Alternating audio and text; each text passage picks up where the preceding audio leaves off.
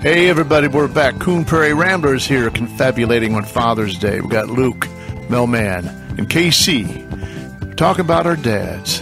And it is time for our segment called the If Bomb. The If Bomb. Here it comes.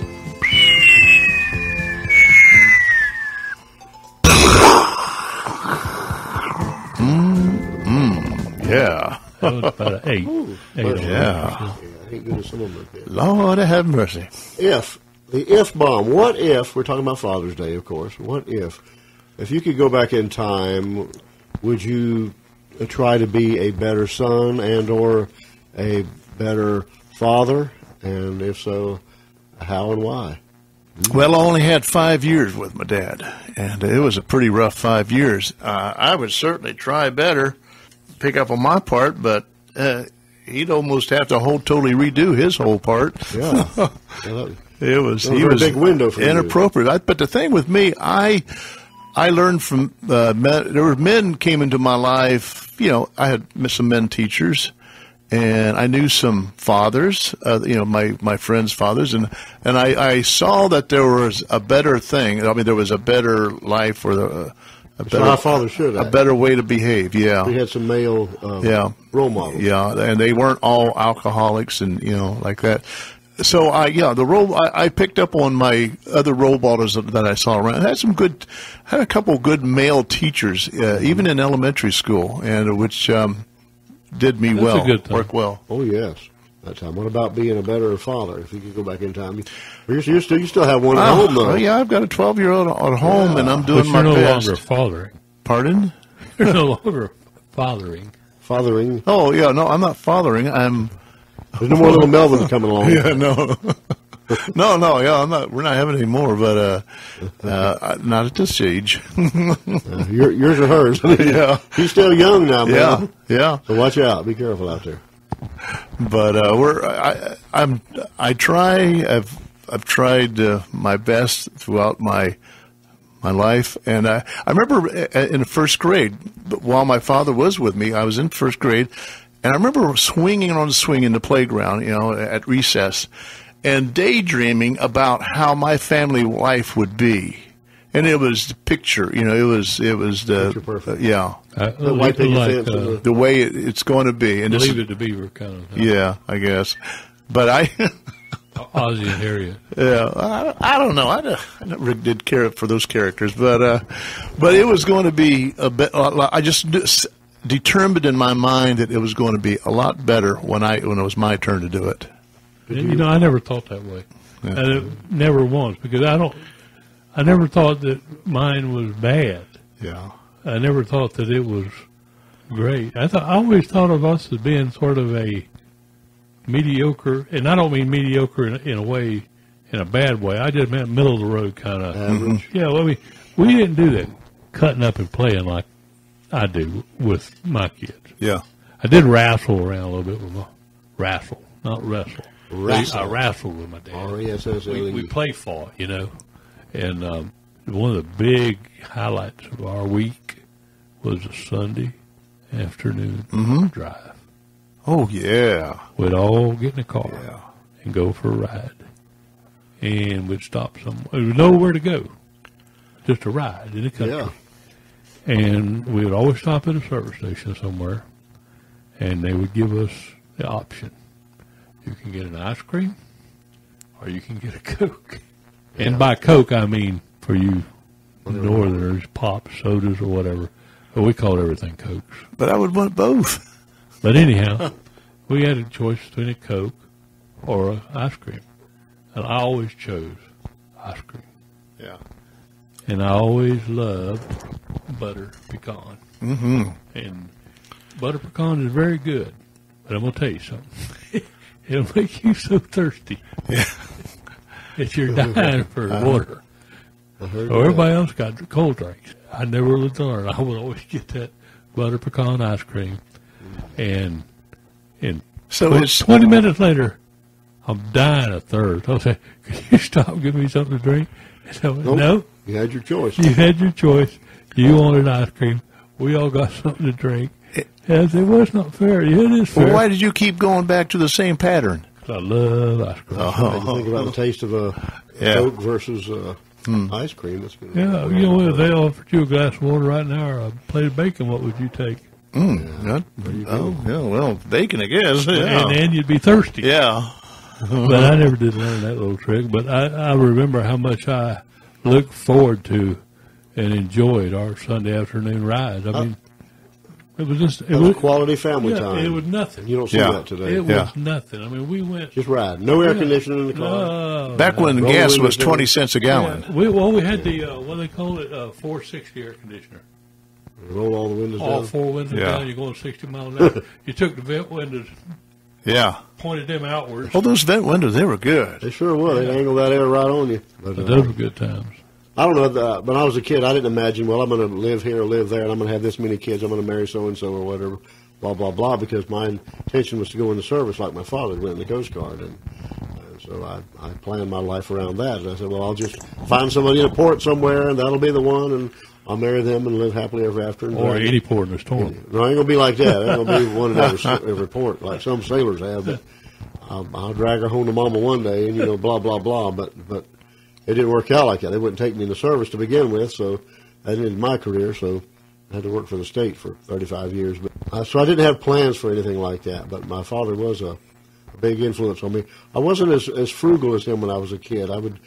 Money would burn a hole in my pocket. I couldn't make it go buy comic books and Cokes and you know blah blah blah. But my father grew up. He was the eldest of 7, and had hard times. You know, his mama worked at the crate mill. His father worked there. His father worked for the railroad. And father got in bad health, had a stroke, and was out early. So he had to go to work and do what he could to provide for the family. But the Nocatee, a big highlight for us locals was back in the day was the Nocatee Halloween Carnival every year. That went on for 75 years here. It was the longest running, continuously running event that DeSoto County ever had until it was canceled in the 90s. What a shame. What a shame. So, but my father would go to that when he was a little boy, and he would get, when he could afford it, a lot of times he'd go home go to school with a biscuit in his pocket, and that was his lunch. But when he could afford it, I think he said that the meals were a dime, and so they'd give him 2 nickels.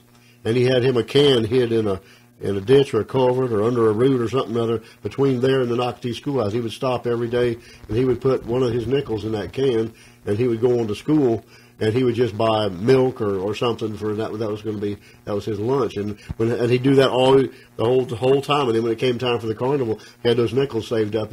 He would take his little brothers and sisters, and they would go to the Nocatee carnival. I didn't pick up on that. I wish I had. Yeah, pretty cool. Yeah, we used to always supply the horses for the carnival. Me and my father and my grandfather would all either ride or lead our horses down there, and the kids would pay, I guess, something, not to us, to the school, for whatever they raised money for. And we would just have the horses and lead them around in circles. It wasn't one of these ones like you see now where they have them on they're tethered to something. Yeah, no, we actually led them around. Yeah. Well, that was a big thing. Oh, I thought it was pretty cool, too. I thought it was cool that, I got to lead these little kids around on a horse. Big thrill. Well, KC, was your dad a cowboy? Oh, yeah. After the military? He was, well, before and after. Oh, mm-hmm. Yeah, but he was raised here, and then he decided there really was nothing here, to make a living that he wanted to make. So one day, him and his first cousin, they decided to go off and join the Marine Corps. That's exactly what they did. But then they came full circle and came back here at the end. Why not? Yeah. Why not? In raising your children, have you heard your father come out of your mouth at any given time? Something he said, or maybe something you taught him, or behavior, or whatever? I have tried all my life not to talk like my dad, because it was pretty. But every morning when I get up and look in the mirror, as I get older, I see him staring back at me. You're starting to favor him. Yeah. I find myself reflecting more and more on my dad and trying to remember things he did and said and taught me and pass it on to. Well, my kids are grown now, so. You kind of get a second chance with your grandkids, and you know a little bit more about life. And I didn't have a grandfather coming up because my only one I remember died when I was little, my mother's dad. But the other one was gone before I was born, who I was named for. But anyway, so I didn't have the experience of grandfather and me being a grandson, so I had to fake that totally with my grandkids. But trial and error thing. Well, I think you did a pretty good job. Well, so far so good.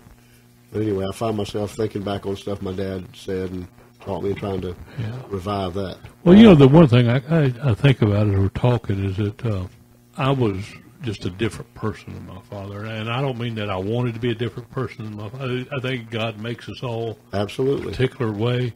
And like I said, my father was, you know, the very orderly, very spit-polished, shaved every morning. That's right. Had his hair combed with Vitalis, had the same style, the same look. I mean, that's right. He never let go of that. You could set your clock to him, you know. I've never seen him look disheveled with whiskers or hair messed up or even messed up clothes. He was always very presentable, spot nice on. looking. And I was kind of the opposite. I hated to get shaved, and I hated to do things. I hated to put things up. I don't think it was because it was rebellious. It was just you being you, me being me, my nature. And you know, I think a lot of times I think about like people like you and other people around you, and you have a lot of things that you have kept from the time you were young. Or back rat. I haven't. You haven't. I had some neat things. You wish you had them back? And I don't know whatever happened to them. I can remember finding one of the neatest arrowheads I've ever seen in my life at Deep Lake when I was a kid. And I found what looked like some sort of hydraulic fitting off of that jet that crashed out at Bright Hour back in the 60s. And I don't know, just a few other things. And I remember I had a little box. I think it was like a cigar box. And I would put those things in there. And I don't know what happened to them. Maybe you just ain't ran across it. Maybe it's. I don't know, but I had those, and I had some pictures. I used to, I used to ride in rodeos, and I had some pretty cool pictures from the rodeo. Yeah. And I don't know whatever happened to them. The only one thing I can remember from that I still have, that I actually don't even have anymore, is my son Dalton found a pair of my spurs. You know, rodeo spurs are different. Dress spurs. Or cowboy spurs, work spurs. Yeah. They're different. They're longer shanks and they're angled and all kind of things about them. But anyhow, he has found my bronc riding spurs, so he kept those. And then I've lost connection with all the other stuff. But if I'd have been my father's child, in the way that, I mean, being like him, I'd have had probably everything I had. Wow. I've stole a lot of your time. My father was not not at all. This is our time. Oh, this is our time. This is our time. My father never was a pack rat like me. He had very little when he was born and raised, and when he died, I only have a few things from him, maybe a couple of pocket knives and some stuff from the service, but it's precious to me. Yeah. Well, that's what I say. We're all our own person. Even when we want to be like or hope to be like somebody else, we're still our own person. That's right. I hold my father in high regard and say nice things about him and tell my kids about him. I do too. Write some stuff about him. Anyway, we're going to have to get on out of here. We hope you guys are having a great Father's Day weekend. And we appreciate y'all putting up with us. And if your daddy's still alive, you better chase him down. Tell him give him a big hug and a kiss. That's right. That's right. You take care of him. He took care of you now. We'll see you next time.